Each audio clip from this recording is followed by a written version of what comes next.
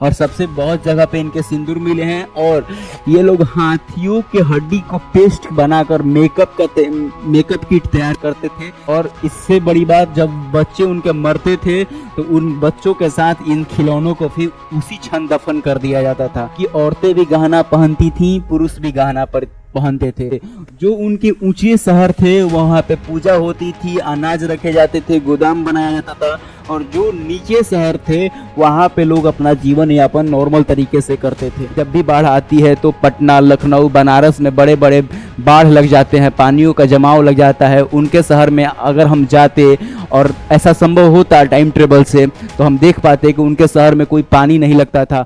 नमस्ते, मैं सुमित आपके साथ शेयर करने वाला हूं हड़प्पा के बारे में, जो कि हमारा आगे का चैप्टर है। और मैं इस वर्ष से आपके प्रति ग्रेटिट्यूड की भावना रखता हूं। और हम आगे बढ़ते हैं। अब हम बात करेंगे हड़प्पा सभ्यता के शहरों के बारे में कि उन्हें किस तरह से सजाया गया था। तो ये उनके फोटो को आप देख सकते हैं। हड़प्पा सभ्यता को पूरे बेहतर ढंग से सजाया गया था, पूरी अच्छी तरह से। जब हम देखते हैं कि हड़प्पा को जो भी बनाया गया था, हड़प्पा के जितने भी शहर, उन्हें दो वर्गों में बांटे गए थे, एक ऊपरी शहर और एक निचले शहर के बारे में। निचले शहर में ये सभ्यता में जो भी सामान्य शहरें थी वो नीचे की ओर थी। और उनके घर के हर घर के पास से नालियां गुजरी थी ताकि उनके घर के सारे पानी बाहर निकल सके। जिस तरह से जब भी बाढ़ आती है तो पटना, लखनऊ, बनारस में बड़े बड़े बाढ़ लग जाते हैं, पानियों का जमाव लग जाता है। उनके शहर में अगर हम जाते और ऐसा संभव होता टाइम ट्रेवल से, तो हम देख पाते कि उनके शहर में कोई पानी नहीं लगता था। हर घर के पास से नालियां गुजरती थी, बिल्कुल ऐसी वाली नालियां। और हर घर से पानी बाहर निकाला जाता था। और बिल्कुल हर नालियों के ऊपर एक ईंट रखा जाता था जिसका रेशियो था 1:2:4। ये नंबर याद रखिएगा, 1:2:4। इस तरह से हड़प्पा के पूरे शहर को बिल्कुल सुचारू रूप से बसाया गया था। और इस सभ्यता में कहीं पे बिल्कुल बाजार का इलाका था। जैसा आज हमारे क्षेत्र में बिल्कुल कहीं पे बाजार लगता है, कहीं पे मांस बेचा जाता है, कहीं पे फैक्ट्रियां लगती हैं। इन शहरों को भी बिल्कुल सुनियोजित तरीके से बसाया गया था। ऐसा लग रहा था कि बिल्कुल फिक्स है, इस क्षेत्र में ये काम होगा, इस क्षेत्र में ये काम होगा, इस क्षेत्र में ये काम होगा। तो हड़प्पा को बिल्कुल परफेक्टली बसाया गया था। अब हम बात करते हैं हड़प्पा के कुछ और मामलों के बारे में। जितने भी ऊपरी शहर थे, जो भी ऊपरी शहर थे, वो उनके कीमती शहर हुआ करते थे। वो वहां पर अनाज घर रखते थे, वो वहां पर जल भरने के लिए संसाधन बनाते थे और वो वहां पर पूजा करते थे।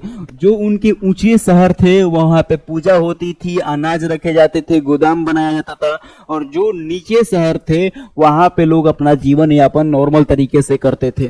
इस तरह से उनकी जिंदगी थी। और अब देखेंगे कि उनके एक्चुअल घर के बारे में। तो उनके घर में आप देखेंगे कि ईंट कुआं रहता था। उनके घरों में आंगन छोड़े जाते थे ताकि लोग आंगन में घूम सकें। और नहाने वाला स्नान घर था। और बिल्कुल फोकस करके देखिए, रसोई घर भी था उनके यहाँ पे। जब आज भी बहुत सारे घरों में हम जाते हैं तो देख पाते हैं कि हमारे घर में रसोई घर नहीं है, लेकिन हड़प्पा वालों के घर में बिल्कुल रसोई घर था। 5000 साल पहले उनके पास रसोई घर था। फिर हम आगे बढ़ते हैं और अब हम बात करते हैं जीवन शैली के बारे में कि हड़प्पा के लोग एक्चुअल में जीते कैसे थे। अब हम बात करते हैं कि हड़प्पा वाले जीते कैसे थे, उनकी जीवन शैली कैसी थी। तो हड़प्पा का मुख्य जो व्यापार था वो था कृषि। वो लोग कृषि पर निर्भर रहते थे। और ये उनके लोगों के कपड़े हैं, ये उनके खाना है। जब आप उनके प्लेटों को देखते हैं तो उनके पास अच्छी खासी, अगर आप उनको ध्यान से देखें, उनके प्लेट में अच्छे खासे खाना हुआ करते थे। मैं चीजों को दिखा रहा हूँ, यहाँ पे उनके लोग बैठे हुए हैं और ये लोग अच्छा खाना खाते थे। इनके शरीर पे वस्त्र हुआ करते थे।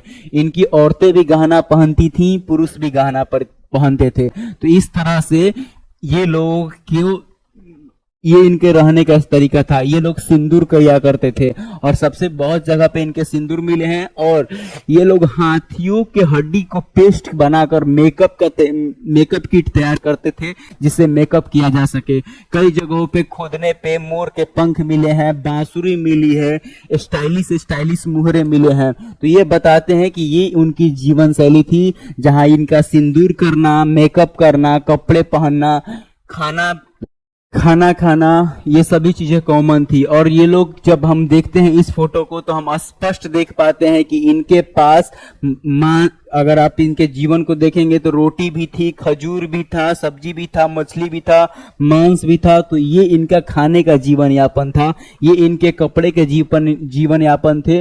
और लोथल जैसे शहरों में जो फैक्ट्रियों में भट्टियां बनती थी, उनसे ये जो ज्वेलरी पहनते थे, मनके बनाते थे और ये मनके पहनते थे। इस तरह से इनका पूरा जीवन यापन था। ये बड़े बड़े स्नान घरों में नहाया करते थे और इनकी नलियां ढकी होती थी। ये इनका पूरा जीवन यापन है, जिस तरह से ये लोग जीते थे। और जीवन यापन के नाम पर इनकी बांसुरियां मिली है, जहाँ पे इनके बच्चे बांसुरियां बजाते थे। और ये उनके बच्चों के खिलौने हैं। बहुत सारे खिलौने मेटल के मिले हैं, धातु के मिले हैं, जो स्पष्ट दिखाते हैं कि उनके बच्चे मेटल से खेला करते थे। और इससे बड़ी बात, जब बच्चे उनके मरते थे तो उन बच्चों के साथ इन खिलौनों को फिर उसी क्षण दफन कर दिया जाता था। ये उनके मोहरे मिले हैं, जिसमें एक ऐसे जानवर का चित्र बनाया हुआ है जिसमें सिर्फ एक सींग है, जैसे लगता है कोई यूनिकॉर्न है। जैसे जिस तरह से मूवी में यूनिकॉर्न के बारे में दिखाया गया है, जैसे लगता है कि ये यूनिकॉर्न है। अब हम बात करते हैं हड़प्पा सभ्यता के जल निकासी के बारे में। तो हम बिल्कुल अभी बात कर चुके हैं कि हड़प्पा की जल व्यवस्था ऐसी थी कि सभी जगह से पानी को, सभी शहर के जगहों से पानी को निकाला जा सके। ऊंचे शहरों से पानी निकालना आसान था और नीचे शहरों से हर घर के पास से नालियां गुजरी थी और नालियों के ऊपर बिल्कुल ईंट से कवर किया हुआ था। ऐसा नहीं था जैसे आज हम देखते हैं कि हमारे यहाँ पे नालियों के ऊपर जो कचरा बह रहा है उसे हम देख पाते हैं। अगर आप हड़प्पा में जाते तो पूरा नहर कवर था, पूरा नाली कवर थी और जो ईंट का साइज था सेम था। इसी तरह की ईंट से ये लोग कवर करते थे। और ये उनका स्नान घर था जो मोहनजोदड़ो में था। ये देख रहे हैं यहाँ पे बहुत ज्यादा भीड़ लगती थी। जैसे कोई जगह हमारी कीमती है, घूमने लायक है, तो हम वहाँ भीड़ लगाते हैं। एक्चुअल में उनका ये सबसे पर्यटन स्थल था जहाँ लोग घूमने के लिए, नहाने के लिए जाया करते थे। फिर हम आगे बढ़ते हैं। उनकी गलियां चौड़ी चौड़ी थी और सबसे बड़ी बात, उनकी गलियां चौड़ी थी। व्यापार के लिए अलग अलग जगह हुआ करते थे।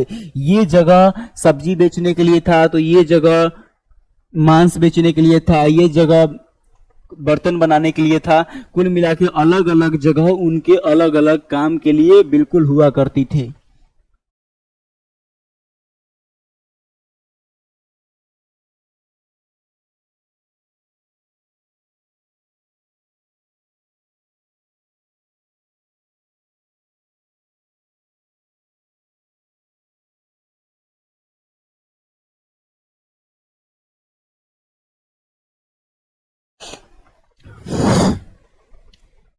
बात करते हैं इनके दुर्ग के बारे में। दुर्ग का मतलब होता है एक तरह का किला। जब आप इस फोटो को ध्यान से देखेंगे तो आप पाएंगे कि इनका एक किला था। हर शहर में इनके 3 से 4 ऐसे ऐसे बड़े बड़े किले बनाए जाते थे और उसको मोटे मोटे 36 इंच के दीवार से, हमारा जो दीवार है 36 इंच नहीं, 36 फीट के दीवार से उनको कवर किया जाता था। हमारा दीवार 5 से 10 इंच का होता है और उनका दीवार 36 फीट से उस चारों बगल से उस जगह को कवर कर दिया जाता था। 5 बीघा 10 बीघा के बड़े प्लॉट को कवर कर दिया जाता था और उसके अंदर पूजा घर था, अनाज घर था, धार्मिक परंपराएं की जाती थी। तो हर शहर में उनके इंपॉर्टेंट जो जगह थे जिसको कवर करके हाई सिक्योरिटी दी जाती थी, 36 फीट के मोटे दीवालों के द्वारा उसे हम दुर्ग कहते हैं। और हर शहर में लगभग उन्होंने दुर्ग बनाया हुआ था। और ये समान शहर थे जो निचले शहर थे और ये दुर्ग था जो कि ऊपर था। और इसके अंदर ये लोग सारे काम किया करते थे। फिर अगर हम और देखें, इसके अंदर हर जगह पे, चाहे वो धोलावीरा हो, चाहे हड़प्पा हो, हर जगह पे मोहनजोदड़ो हो, हर जगह पे दुर्ग बनाते थे। जैसे हम बनाते हैं एक तरह का गोडाउन और उसमें सिक्योरिटी गार्ड लगा देते हैं। ये उस जमाने का इन लोगों का गोडाउन था। और गोडाउन ही नहीं था, एक प्रोटेक्टेड एरिया था। जैसे जहाँ पे बहुत सारे फोर्स रह रहे हैं, फोर्स के नाम पर इनके पास 36 फीट की मोटे दीवारें थी और दीवार के अंदर बहुत कीमती कीमती चीजें ये लोग रखते थे। तो ये इनका दुर्ग था। फिर हम आगे बढ़ते हैं और हम देखते हैं इनकी मापतोल प्रणाली। तो जब आप इस चैप्टर के पीछे वाले हिस्से को देखेंगे तो आप देख पाएंगे बिल्कुल स्पष्ट कि ये लोग व्यापार के नाम पे क्या किया करते थे, ये लोग खेती के नाम पे क्या किया करते थे, ये लोग मांस के नाम पे किस किस जानवरों का शिकार करते थे, पालने के मामले में किस जानवर को पालते थे। हम देखते हैं कि ये लोग बिल्लियों को पालते थे ताकि वो चूहे को पकड़ सके। तो ये जो लोग थे इनका अच्छा खासा व्यापार था, और व्यापार को अच्छी तरह से मैनेज करने के लिए, व्यापार प्रॉपर ढंग से चलता रहे, इसलिए इन्होंने तराजू की भी व्यवस्था कर ली थी। ये सारी बातें हम उस समय की कर रहे हैं जो बुद्धा के जन्म से भी 2500 साल पहले की है। तो 2500 साल पहले इन्होंने बटखारा और तरजुई का निर्माण किया था, और इनके पास माप तोल के नाम पे स्केल भी था जो हड्डियों से बनाया जाता था। वो भी हाथी के हड्डी से ये लोग स्केल बनाया करते थे, बिल्कुल कि वो इंची टेप जैसा, जैसे आज हम लोग दीवार को इंची टेप से मापते हैं, ये लोग हाथी के दांत से उसको मापन के लिए स्केल बनाया करते थे। तो ये उनकी माप तोल की प्रणाली थी। जब हम माप तोल की बात करते हैं तो इनके पास पत्थर के बड़े बड़े बाट थे जिसके द्वारा ये चीजों को मापते थे, और उस बाट का वैल्यू सेम था पूरे हड़प्पा में। अगर आप इस बाट को लेके कहीं पे भी जाएंगे तो आपको सेम अनाज मिलेगा। अगर आप हड़प्पा के किसी भी हिस्से में इस बाट को लेके जाएंगे तो सेम वैल्यू माना जाएगा, चाहे वो हिस्सा चनहुदड़ो हो, चाहे सुरकोटा हो, चाहे लोथल हो, चाहे रंगपुर हो, चाहे धोलावीरा हो, चाहे मोहनजोदड़ो हो। आप किसी भी हिस्से में जाएंगे तो बाटखारा का वैल्यू सेम था। और ये उनकी भट्टियां, जब आप एक बड़ा व्यापार करते हैं तो जाहिर सी बात है आप वेटर मशीन लगाते हैं। ट्रकों को मापने के लिए बड़ा बड़ा कांटा बनाया गया है, धर्म कांटा बनाया गया है। ये उनकी भट्टियां हैं। आप देख सकते हैं कि यहाँ पे पीछे चिमनी जल रही है, और ये पत्थर, ये मनके मतलब स्टाइलिश मोती बना रहे हैं, ताकि जैसे आज हम हीरा का रिंग पहनते हैं, डायमंड रिंग, गोल्डन रिंग, इस तरह के, उस समय में ये डायमंड रिंग के बराबर इनके मनके होते थे। बहुत महंगी महंगी औरतें जो कि अमीर घर की थी वो इस तरह के रिंग्स पहनती थी, और वो पत्थरों को बहुत यूनिक वे में तराशते थे। वो इस तरह से तराशते थे कि ज्वेलरी काफी खूबसूरत लगे। तो अमीर घर के जो भी मेल और फीमेल, मैंने यहाँ सिर्फ फीमेल की बात नहीं कही, यहाँ की औरतें और यहाँ के पुरुष दोनों हाथ में चूड़ियां पहनते थे, मनके पहनते थे, अलग अलग तरह के पत्थर पहनते थे। तो इन सभी व्यापार को करने के लिए, इस व्यापार को बेचने के लिए इनके पास तराजू था मापतोल के मामले में, और हाथी के दांत से बने हुए स्केल थे।